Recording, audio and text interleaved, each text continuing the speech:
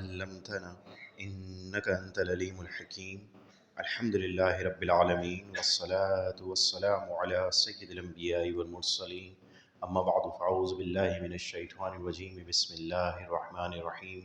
ببركته إن الله وملائكته يصلون على النبي يا أيها الذين آمنوا صلوا عليه وسلموا تسليما.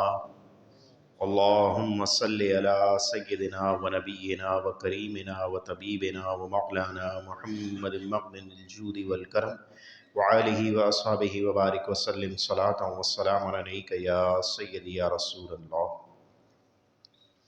روزوں کے مسائل کا بیان چل رہا تھا. اب روزہ کس کس چیز سے ٹوٹ جاتا ہے اس کو دیکھ لیتے ہیں. دیکھیں, بنیادی طور پر 4 چیزیں ہیں جن سے روزہ ٹوٹ جاتا ہے. ان میں سب سے پہلی ہے منفس کے ذریعے. منفس کہتے ہیں کسی بھی چیز کے خارج از بدن سے داخل بدن ہونے کے جو قدرتی راستے ہیں. کون کون سے ہیں؟ آنکھ ہے, ناک, منہ. اسی طرح مرد اور عورت کا پچھلا مقام, کھانے کا مقام, اور عورت کی اگلی شرمگاہ, یہ منفذ ہے.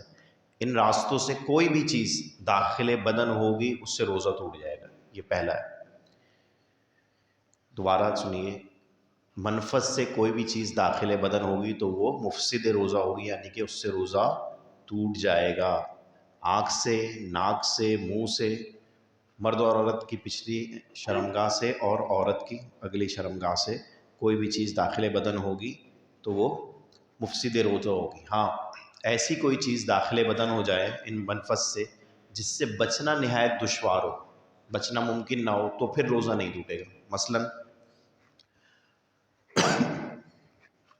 ڈسٹ اڑی اور وہ اڑ کے جو ہے وہ منہ کے ذریعے یا ناک کے ذریعے حلق تک پہنچ گئی, پیٹ تک چلی گئی, اس سے روزہ نہیں ٹوٹے گا. جیسے کراچی کے روڈز کا حال ہے, جتنی ڈسٹ ہے, کیونکہ اس سے بچنا انتہائی دشوار ہے. تو اس طریقے سے اگر کوئی ڈسٹ وغیرہ اڑی جس میں اختیار نہیں ہے تو پھر روزہ نہیں ٹوٹے گا. اسی طرح دھواں جبکہ خود کھینچ کر نہ لیا ہو, اگر خود جان بوجھ کے کھینچ کے دھواں اندر لیا تو روزہ ٹوٹ جائے گا. لیکن گزر رہے تھے, دھواں آیا, یا بائک چلا رہے تھے, بس میں سے دھواں نکلا ہو, وہ ناک کے ذریعے اندر چلا گیا یا منہ کے ذریعے اندر چلا گیا تو پھر اس سے روزہ نہیں ٹوٹے گا. اسی طرح پنساری کی دکان پر کام کرنے والا کہ مسالہ کوٹ رہا ہو, اس کی دھانس اڑ کے اندر چلی جائے, اس سے بھی روزہ اس کا نہیں ٹوٹے گا کیونکہ اس سے بچنا دشوار ہے.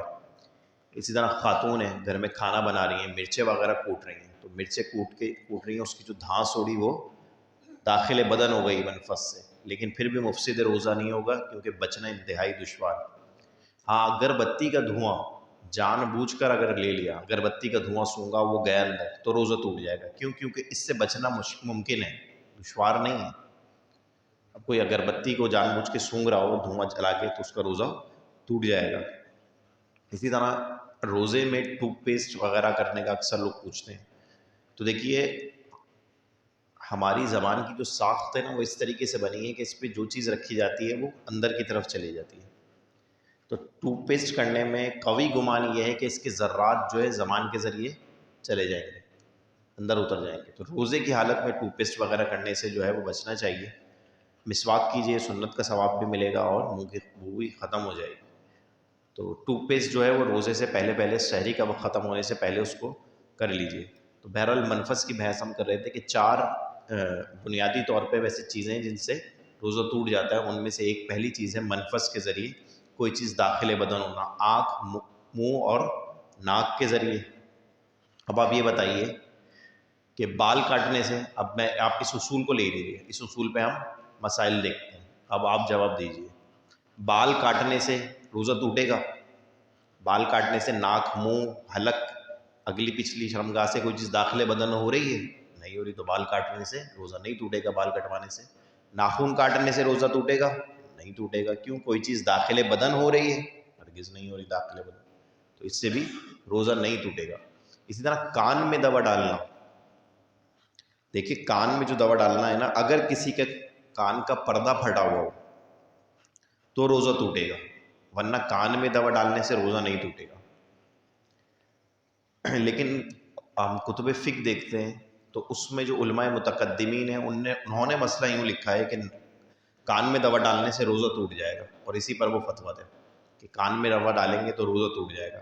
اب اس وقت کا مسئلہ یہ ہے کہ کیونکہ یہ جو مسائل ہیں ان کی بنیاد جو ہے وہ طب سے ہے، تو طب اتنی ترقی، میڈیکل سائنس اتنی ترقی نہیں کی ہوئی تھی، اس کی بنیاد پر انہوں نے اپنے گمان میں یہ کیا کہ کان میں دوا ڈالیں گے تو روزہ ٹوٹ جائے گا. لیکن اب کیونکہ میڈیکل سائنس بہت ترقی کر چکی ہے اور یہاں پہ میڈیکلی جو ہے وہ ثابت ہو چکا ہے کہ ادھر کوئی منفذ اور راستہ نہیں ہے کان سے حلق کا یا پیٹ تک کا. چنانچہ اب اگر کوئی کان میں روزہ ڈالے گا تو روزہ اس کا کیا ہوگا، ٹوٹے گا یا نہیں ٹوٹے گا؟ نہیں ٹوٹے گا. ہاں اگر کسی کے کان کا پردہ پھٹا ہوا تو روزہ ٹوٹے گا. صرف اس صورت میں روزہ ٹوٹے گا کہ جب اس کے کان کا پردہ پھٹا ہو. اسی طرح آنکھ میں دوا ڈالنے سے روزہ ٹوٹ جائے گا. کتب فقہ میں اس کا مسئلہ الگ لکھا ہوا ہے، وہی میڈیکل سائنس کی بنا پر. اب نبی کریم علیہ الصلوۃ والسلام نے جو ہے وہ سرما لگانے کی آنکھ میں اجازت دی ہے، تو اس کا استثناء ہوگا، چاہے وہ سرما کا جو ہے وہ سیاہی تھوک میں بھی نظر آئے. لیکن کیونکہ حضور علیہ الصلوۃ والسلام نے اجازت مرحمت فرمائی ہے تو سرما لگانے سے روزہ نہیں ٹوٹے گا. ہاں اس کے علاوہ دوا وغیرہ ڈالیں گے تو اس سے جو ہے وہ روزہ ٹوٹ جائے گا. تو یہ پہلی چیز ہوئی جس سے روزہ ٹوٹ جاتا ہے. بنیادی طور پہ میں نے عرض کیا تھا 4 چیزیں ہیں. سب سے پہلی منفذ کے ذریعے کوئی بھی چیز داخل بدن ہوگی تو وہ روزہ توڑ دے گی. دوسری، کسی بھی طریقے سے اپنے اوپر غسل واجب کر لیا، کسی بھی طریقے سے اپنے اوپر غسل واجب کر لیا حالت روزہ میں تو روزہ ٹوٹ جائے گا. اب دیکھیں واجب کر لیا، میں عرض کر رہا ہوں ہو گیا نہیں، چنانچہ احتلام ہو گیا اس سے روزہ نہیں ٹوٹے گا. لیکن اگر اپنے کسی عمل سے، مثال کے طور پہ عورت کو چھوا، بنا حائل کپڑے کے عورت کو چھوا اور انزال ہو گیا تو اس صورت میں روزہ ٹوٹ جائے گا. ہاں اگر اتنے موٹے کپڑے سے چھوا کہ جس سے بدن کی گرمی نہیں پہنچتی، اس کے باوجود انزال ہوا تو روزہ نہیں ٹوٹے گا. لیکن بلا حائل چھو لیا روزے عورت کو اور انزال ہوا تو اس صورت میں روزہ ٹوٹ جائے گا. اپنے کسی اور عمل سے صحبت کر لیے، کچھ اور عمل سے اپنے اوپر غسل واجب کر لیا تو روزہ ٹوٹ جائے گا. 2 چیزیں. تیسری، منہ بھر کے، منہ بھر کے کہتے ہیں مطلب ایسی الٹی ہونا جو روکے نہ روکے، یہ مراد ہوتی ہے منہ بھر کے. تو منہ بھر کے اگر یاد ہو کہ میرا روزہ ہے اور اپنے عمل سے جان بوجھ کر نہ کی ہو تو جتنی بھی ہو اس سے روزہ نہیں ٹوٹتا.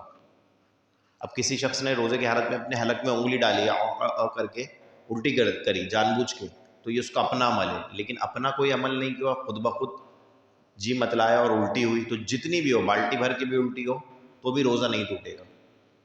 بعض جو ہے وہ لوگ فوراً مفتی بن جاتے ہیں، کسی کو الٹی ہوتی ہے تمہارا تو روزہ ٹوٹ گیا، لو پانی پی لو، اس کو پانی پلا دیا، وہ بھی پانی پی جاتا ہے پورا، مجھے تو الٹی ہو گئی تھی. اب جب پانی وانی پی کے فارغ ہو گئے پھر مسئلہ دریافت کرتے ہیں کہ ہم نے تو پانی پی لیا. تو دیکھیں روزہ الٹی ہونے سے تو نہیں ٹوٹا تھا، لیکن پانی کے پینے سے روزہ ٹوٹ گیا.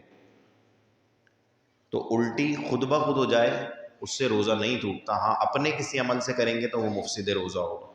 بلغم کی الٹی کا اس میں استثناء ہے، جتنی بھی بلغم وغیرہ نکل جائے اس سے روزہ کے پر کسی قسم کا کوئی اثر نہیں پڑتا. یہ 3 چیزیں. چوتھی چیز ہوتی ہے حیض اور نفاس کا آ جانا. یعنی خاتون نے روزہ رکھا ہے، اگر اس کو حیض آ گیا تو اس صورت میں جو ہے وہ اس کا روزہ ٹوٹ جائے گا.